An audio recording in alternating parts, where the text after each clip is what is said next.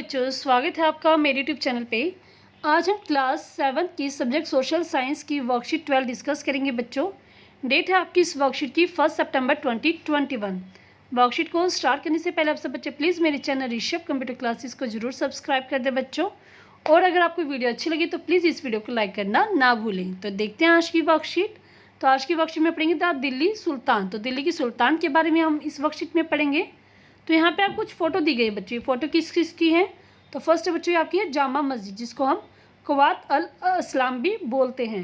Next आपकी Begampuri Moscow है, और ये आपकी मोट की मस्जिद है, और ये आपकी मॉस्को जमाली कमाली। ठीक है, तो हम यह सब आज हम क्या पढ़ रहे हैं, मॉस्को के बारे में पढ़ रहे हैं। तो आगे देखते इसमें हमें क्या करना है।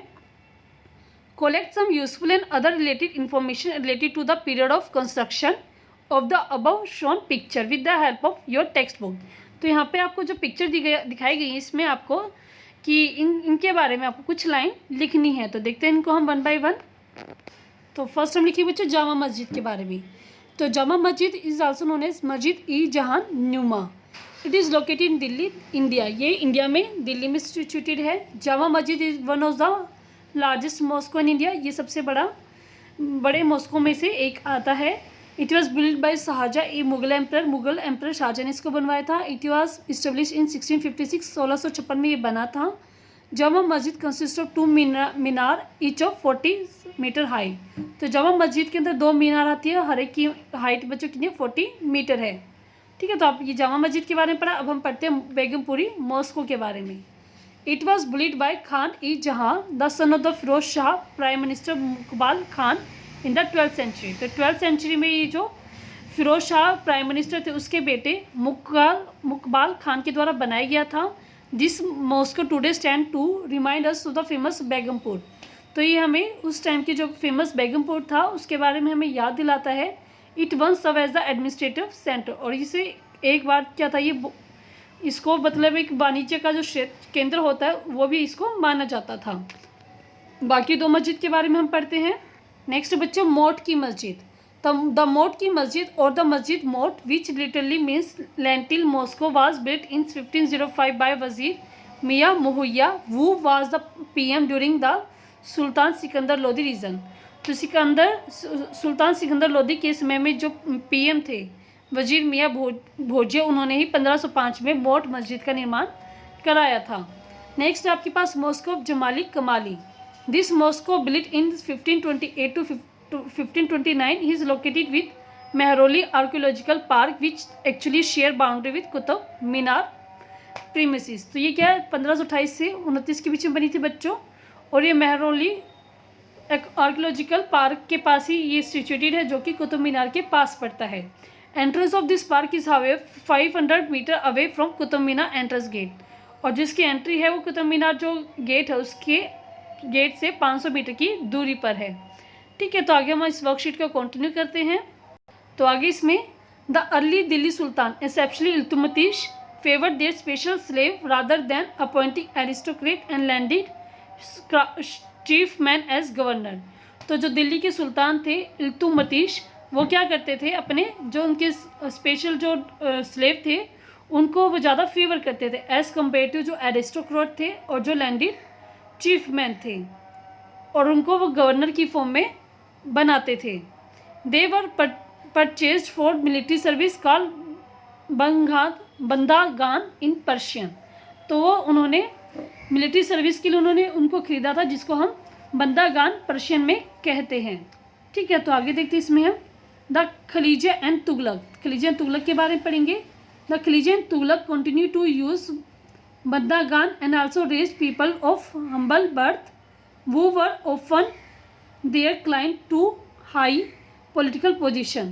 जो खलीजा और तुगलक थे वो क्या करते थे, इस बंदागान का इस्तेमाल करते थे और आल्सो रेज पीपल, और ऐसे लोगों को रेज करते थे जो कि बाय बर्थ क्या बच्चों हम्बल हैं, और जो अपने क्लाइंट को क्या करते हैं पॉलिटिकल पोजीशन पे, वो अपने बंदों क्या करता था हाई पॉलिटिकल पोजीशन पर रखते थे। They were appointed as general and governor, और उन लोगों को ही वो गवर्नर और जनरल बनाते थे। आगे देखते इसमें हम आगे इसमें तो the slave and the client were loyal to their master and patron. तो जो नौकर थे और जो क्लाइंट थे, मतलब जो उनके नीचे काम करते थे, वो क्या करते, अपने मास्टर और अपने संरक्षण के प्रति तो लॉयल थे, लेकिन but not to their heirs, लेकिन जो उनके उत्तराधिकार थे उनके प्रति वो वफादार नहीं थे। The new Sultan had their own servant. जो नया सुल्तान थे उनके अपने खुद के नौकर थे। As a result the accession of a new monarch often saw conflict between the old and new nobility. तो जब भी जैसे ही कोई नया मोनार्क बनना होता था तो उसमें क्या होता था, ओल्ड और न्यू जो मोनार्क थे, नोबिलिटी थे, लोग थे, उनके बीच में लड़ाई झगड़े या उनके बीच में विरोध हो जाता था। Like the earlier sultan the Khalji and Tughlaq monarch appointed military commander as a governor of territory of varying size. तो जो अर्ली सुल्तान की तरह क्या था, खलजी और तुगलक, वो भी क्या करते थे, अपॉइंटेड मिलिट्री, वो मिलिट्री कमांडर को अपॉइंट करते थे। किस फॉर्म में, गवर्नर की फॉर्म में, जिसके क्या थे अलग अलग, मतलब वहाँ पे उनको गवर्नर अपॉइंट करते थे। कहाँ पे करते थे बच्चों, टेरिटरी पे, जो टेरिटरी अलग अलग साइज़ की थी। This land were call iqta, और उन लैंड को हम क्या कहते थे, iqta. And the holder was call iqta, iqtadar और मुक्ति। और जो इक्ता का मतलब पूरा कंट्रोल रखता था, जो उस पर काम करता था, उसको बोलते थे इक्तादार और मुक्ति बोलते थे। आगे इसमें तो duty of muqtis was to lead military campaign and maintain law and order in their iqta. जो इक्तादार होता था या फिर जो मुक्ति होता था, उसका काम क्या था, अपने इक्ता मतलब अपने एरिया में मिलिट्री कैंपेन चलाना और सुख और मतलब कानून व्यवस्था को बनाए रखना। In exchange for the military service the muqtis collected the revenue of their assignment as salary. तो इसके बदले में जो मुक्ति थे वो क्या करते थे, रेवेन्यू कलेक्ट करते थे, जो कि उनकी सैलरी के रूप में उनको मिलता था। They also paid their soldiers from this revenue, और वो जो रेवेन्यू वो लेते थे, उसी रेवेन्यू से ही वो अपने जो उनके नीचे काम करते थे सोल्जर, उनको भी वो सैलरी देते थे। Control over muqtis was most effective if their office was not inheritable and if they were assign iqtas for a short period of time. तो ये जो कंट्रोल था मुक्तिस का अपने एरिया के ऊपर, वो सबसे ज़्यादा इफेक्टिव कब था, जब जो उनकी जो शासन है वो इनहेरिट ना हो, मतलब उनके बच्चों को ना मिले और वो एक थोड़े टाइम के लिए उस पर काम करें। This hard condition of service were rigorous impose during the reign of Alauddin Khalji and Mohammad Tughlaq. तो ये जो हार्श कंडीशन थी कि उनको उनके उत्तराधिकार को शासन नहीं मिल सकता, इस प्रकार का जो कठोर जो नियम था वो अलाउद्दीन खलजी और मोहम्मद तुगलक के शासनकाल में हुआ था। Under Alauddin Khalji the state brought the assessment and collected the land revenue under its own control. तो अलाउद्दीन खलजी के शासनकाल में क्या था, जो स्टेट थी वो लैंड रेवेन्यू था वो अपने कंट्रोल में ही कलेक्ट करती थी। The right of the local chieftain to levy taxes were cancelled. और जो लोकल लोग थे जो टैक्स लेते थे उनका क्या था, टैक्स लगाने का जो अधिकार था वो कैंसिल कर दिया गया। And they were also force to pay tax, और उनको भी टैक्स पे करने के लिए बाध्य किया गया। दे वर 3 टाइप ऑफ टैक्स, वहाँ पे 3 टाइप के टैक्स लगते थे। On cultivation called kharaj and amounting to about 50% of the peasant produce. तो फर्स्ट क्या था बच्चों, खेती पर लगता था जिसको खराज बोलते थे, और जो भी उनकी उपज होती थी उसका 50% उनको पे करना पड़ता था। सेकंड आगे इसमें कैटल मतलब पशु पक्षियों पे देना पड़ता था, और थर्ड था हाउस मतलब जो घर वो रहे थे उस पर भी उन्हें टैक्स देना पड़ता था। अब देखते हैं इस वर्कशीट के क्वेश्चन आंसर।